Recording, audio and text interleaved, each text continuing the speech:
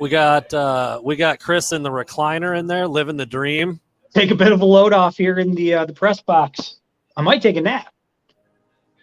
Well, that game kind of made me feel a little sleepy. So yeah, it had a tendency to do that at some points. Just let a few people get in here. I actually have to fix a typo in my article. I left the X's in there for one of the stats. Okay. So we'll let some people get in here, then we'll talk about what we saw, what we like, what we don't like, all that good stuff. Yeah.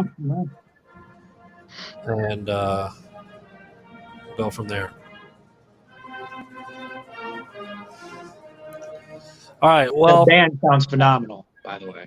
Yeah, people can probably hear the band a little bit in the in the background, as we are up on the 6th floor, open air back here, kind of nice with the band doing their thing after the game. I see the comments rolling in already. What a game! A win is a win. Go blue. People want to know where your hat is, Chris. They're very frightened by the bald head. Clay, I'm sorry I didn't get the cookie out there. We got in a little later than normal. Just, kind of figured it out today. I'm holding my camera by hand. I've got no hat on. I'm in a dark room here by myself. I'm a little scared. And your lighting is actually better than mine. And I don't know, the internet might not be. What I'm working with up here. It's a little spooky. The internet might not be cooperating with you in there very well. I don't know. You kind of did a freeze up there for a second, so we'll see. But anyway, let's get into it, man. I mean, this is one of the – I just feel like we've done this so many times this year already. Like Michigan comes in. It's a 23.5-point spread, huge spread. They cover. They win 33-7, 7-0, keep it moving, keep it rolling. And yet somehow people are like bummed out. And I found myself when I was writing the article throughout the game and then I'm getting ready to publish it at the end, I'm like, what am I doing? What the hell am I doing? And I do my 3 up, 3 down. I only came up with really 2 down, and it's still kind of nitpicking. It's the quarterback play. I'm kind of wondering what the hell it is. What is this 2 quarterback system you've got going on? I don't know. Are we crazy, dude? Are we in the twilight zone? What the hell? What is going on? What is this thought process you and I both seem to have in our heads right now? Yeah. I don't think so, and you could see it during the game when we were talking to some of the fans, and some people would come back and say, "Well, look at the scoreboard. Michigan's taking care of business, and they're doing what they need to do, and they're putting wins in the win column, and they haven't lost a game yet." And that's all true. But for anybody who was in the stadium today watching that football game, or for anybody who watched it on TV and was paying close attention, I think somebody said it in the comments. This was the most concerning blowout game I've seen in a long time, and it's because you watch the product on the field and you can't help but ask yourself, okay, this is good enough to beat Northwestern, but is it good enough to beat the states? Is it good enough to beat Michigan State, Penn State, Ohio State? And I don't think it was good enough to beat those 3 teams.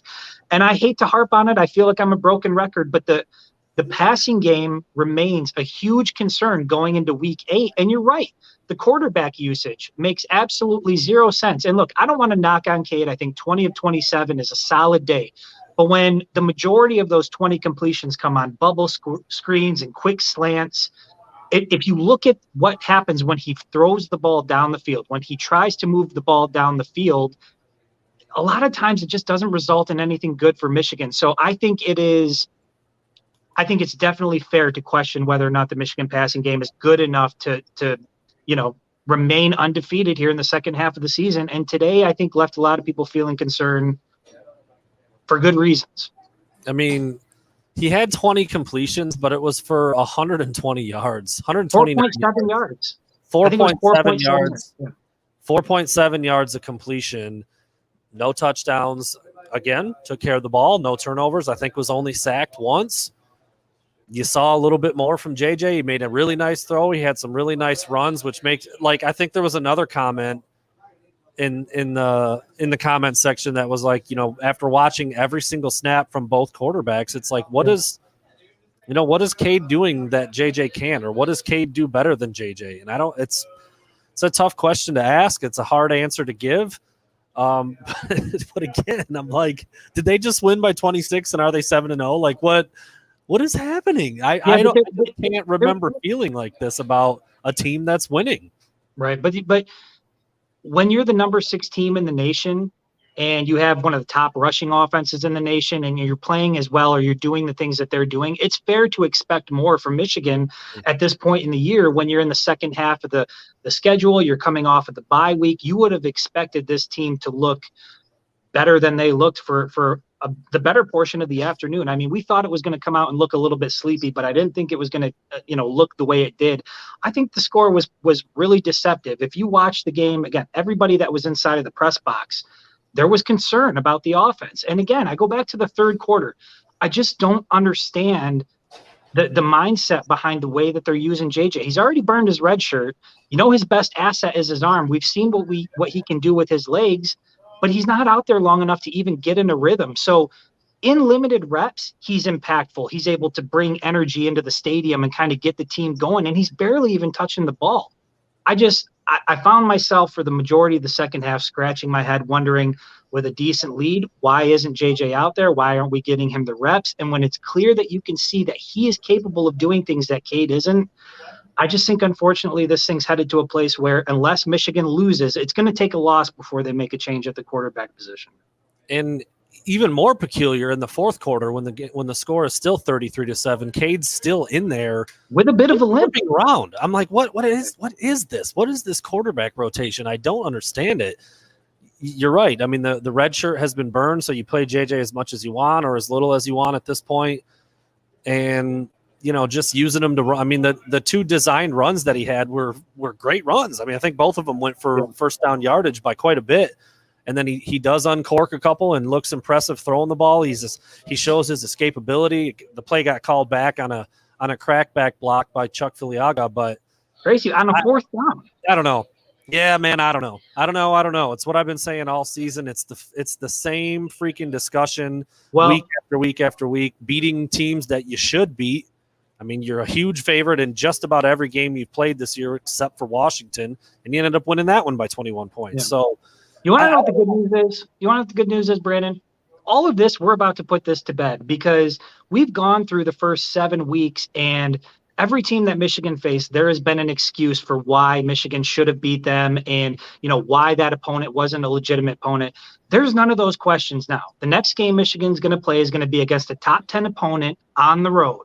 So if you've been riding with Cade McNamara this whole time and you think he's got that switch and he can flip it and Michigan's going to go into East Lansing and take care of business, we're going to find out in a week. We're going to find out whether or not this passing game is good enough to beat some of the top teams out there. And if Michigan goes out and they play this brand of football, this smash mouth, hardly throw it, or just throw bubble screens, or kind of do enough just to get by and they win, then even if guys like you and I don't like the way it looks, at that point, we've just got to kind of admit that is what Michigan is and that's how they play, and take it or leave it. But if they keep racking up the W's, it's hard to argue against it, man. It really is. I put that in my write-up. 3 up, 3 down. I said this offense, the play calling, unimaginative, peculiar, not very aggressive. You're down inside the 5, and you run a pretty decent play to the tight end, but you run it to the short side of the field where there's not enough space to let him be an athlete and get to the corner. You settle for a field goal. The runs up the middle down inside the goal line, and then when you feel like you could run it up the middle with Haskins, you don't, and you settle for a field goal. Yeah. And I said, it's about to get real. There hasn't been a super strong test yet, but there is one next week, and there's 2 more coming after that. And if they keep winning, I'll shut up. You have to shut up. There's nothing else that you can say. You can keep wondering, why it kind of looks like this, and what's it going to look like when the rubber really hits the road. And we're going to find out next week. We're going to find out a week from today. Man, we're going to have a lot to talk about this week when we look at that game. I guess I'm looking at some of the comments over there. It looks like Illinois is about to beat Penn State, which, whoa. Yeah. Shout out to our boy, Zach. I know, man. That is. Did Clifford play in that game? Did Sean Clifford play for Penn State? If that's what their backup QB, I believe he did play. I thought I heard on the radio during halftime he was out or he was playing. That's really bad. That's really bad to lose. Okay, they're saying he did play. So that's man. How do you lose to an Illinois team? They're as bad or worse. Maybe Bielema finally lit that fire. Maybe that truth bomb kind of lit the fire. Maybe not. All right, I'm gonna throw this up there. God, why do we even watch when we just bitch? Don't watch. I'm totally fine with it. I could. The thing, you know what? No, let me just say that the thing about Lori and the other thing, people like Lori is Michigan got the W. I'm happy they got the W, but our job is also to give you an honest take on what we see. And if I come up here and blow smoke up your ass and say Michigan looked great, they look like they're prepared for Michigan State, they look like they're a team that's going to compete for the Big Ten championship, then it's disingenuous. It's not being honest with you guys, and the product suffers because of it. So, yes, Michigan got the W. Yes, Michigan is 7-0, but there are serious concerns with this team, and we've been talking about it week after week. So to all of a sudden just decide that we're going to ignore it because Michigan's winning, that doesn't make much sense. I'm glad they're winning. I hope it continues, but there are concerns, and we're going to talk about those concerns. So here's another point.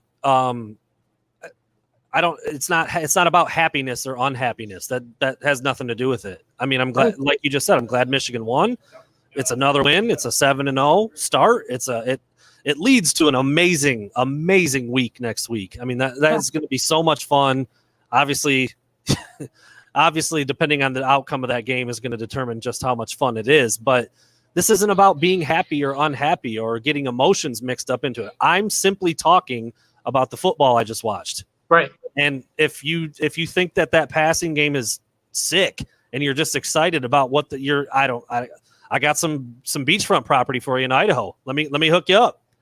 You're not being honest with yourself. Is that effort that you saw today good enough to beat Michigan State?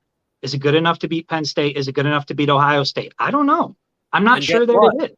And guess what? We can talk about that now for those week at a time people too, because that's the next game now. It's at Michigan State in East Lansing, and you've got to go in there and get a win. I thought the play calling was pretty unimaginative today. I knew what we were going to get. Northwestern really bad at stopping the run. Michigan ran the ball a ton, almost ran for 300 yards again. 294 yards rushing, 4 rushing touchdowns between Hassan Haskins and Blake Corum. That wasn't a surprise. But less than 5 yards a completion passing the ball. That's like 1910s shit. Yeah. Like, seriously. Like, it's almost impossible to do that in today's world of college football. Really. That yards per completion would be last in the country by a lot, by like a full yard. And we talked about this a little bit. You're going to have people that are going to look at his stat line and they're going to see 20 of 27 and they're going to say, that was a hell of a game. And again, he completed the balls, but when they're bubble screens and when they're slants and when they're short shuffle passes out of the backfield, I mean, dude, we could hear people talking about it in the press box. It's not like it's just limited to you and I. Like, everybody's seeing the same thing. So if there's fans out there that are struggling, with that reality, I don't know what to tell you. All we can do is watch the game and report on what we see. And if you prefer guys who are going to paint a rosy picture for you regardless, then we're probably not the two for you. Yeah, and this is a good point. And this is, I didn't specifically say Cade. I mean, I think there are limitations with him. I think JJ's the better athlete. He's got the better arm. Nobody can really deny that. But I did say earlier in the game, I think I just tweeted it, like the receivers weren't really open. Cade still threw the ball down the field to him, but didn't put it in a great spot. It's a collective. It is. Yeah. You didn't see receivers running free a lot today down the field. You did see some okay stuff on a slant here or there. Obviously, the stuff close to or behind the line of scrimmage was open, but that's going to be there every time. It is. It's a collective effort. You're missing Ronnie Bell.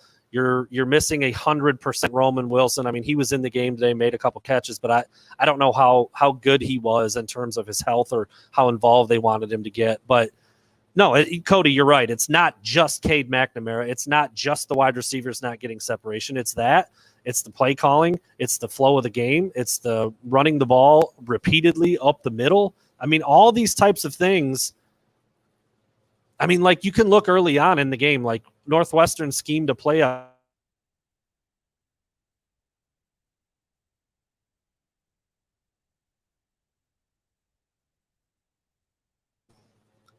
I think we lost the feed for a second there, but it looks like maybe we're back. At the end of the day, and I wrote this in the article multiple times, Chris, your video. Okay, I think you're good. 7-0. Michigan will be in East Lansing next week playing Michigan State, who's also 7-0. And we're going to see. And like I've said this before too, it's like this is not about to be whatever happens, like I told you so. I just think, like, if you don't think that there's a slight issue and that there could be some problems when you play up against the best teams you're going to face, I don't know what to tell you.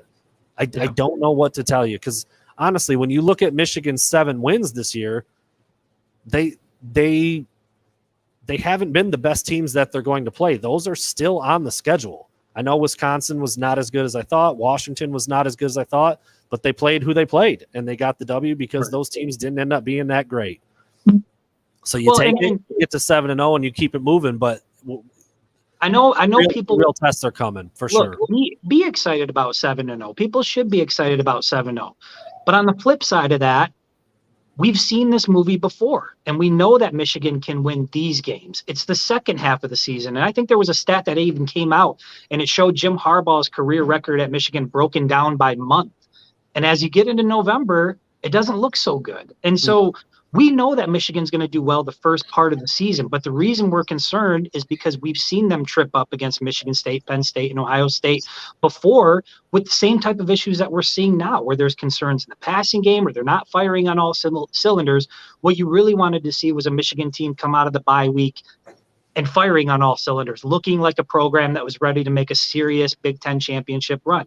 Now, they didn't look like that today. It doesn't mean that they're not. But you would have hoped to see a better outing going into the Michigan State game. Yeah, we'll see. We'll see in 7 days. So I don't know. Do we need to spend a lot of time on players of the game? I think it's pretty clearly the running backs. It's kind of a 1-2. Blake Corum finishes with 119 yards on 19 carries for 2 touchdowns, and Hassan Haskins finishes with 110 yards on 23 carries and 2 touchdowns of his own. So pretty much, matching days for the 2 running backs. You kind of expected that was going to happen. When we came in talking about Michigan's rushing attack versus the last placed Northwestern rush defense in the Big Ten, you kind of thought it was going to look like this. And early on, it wasn't super effective, but they stuck with it. They schemed some decent stuff. I like getting Blake Corum out on the edge a couple times. He got real close, and then he popped a couple decent ones. Hassan Haskins had a couple nice runs, including one. I think, did you get footage of it? The 19-yarder where he literally stopped at the line of scrimmage and just kept pushing. I think he got 3 yards before he hit the pack, and then it was another 16 after that. So unbelievable. Credit to him, credit to the offensive line, credit to Blake Corum. Those guys, they came out and performed, and they did their job and they played well. So it's not all doom and gloom. Like, the defense looks pretty solid. There was obviously a breakdown in coverage a couple of times, but Aiden Hutchinson is always in the backfield. They're very disruptive. I know that the defense is going to travel to East Lansing. I know that Michigan's going to put up a fight. I just question whether or not they've got enough firepower on the offensive side of the ball to walk out with a W. And if you don't feel the same way as a fan, I don't know that we're watching the same game. Yeah.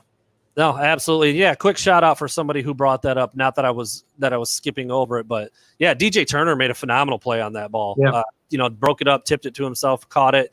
Nice return. Thought he might get into the end zone. He was close, cutting back against the grain a little bit. I think he got tackled inside the 20, led to another. Actually, was that the one that was led to the missed field goal? Was that the missed field goal play? Or did they score a touchdown on that drive? I can't remember. It might have been. Recall, but a very nice play by DJ Turner, who I think played most of the day. Definitely going to look into the snap count a little bit. I thought that was kind of weird. We got Jamon Green availability this week, and then he didn't play a whole lot. It was mostly Vincent Gray and DJ Turner out there at corner. So we will see. We will definitely see. Yeah, Mark, I think this is a good point. 33-7 looks really good, and you move to 7-0, but like Michigan could have been put 50 on the board, damn near. I mean, you come away with a missed field goal. You come away with punts where I think you could have maybe gone for it on 4th and 1 down inside the goal line. You get another field goal.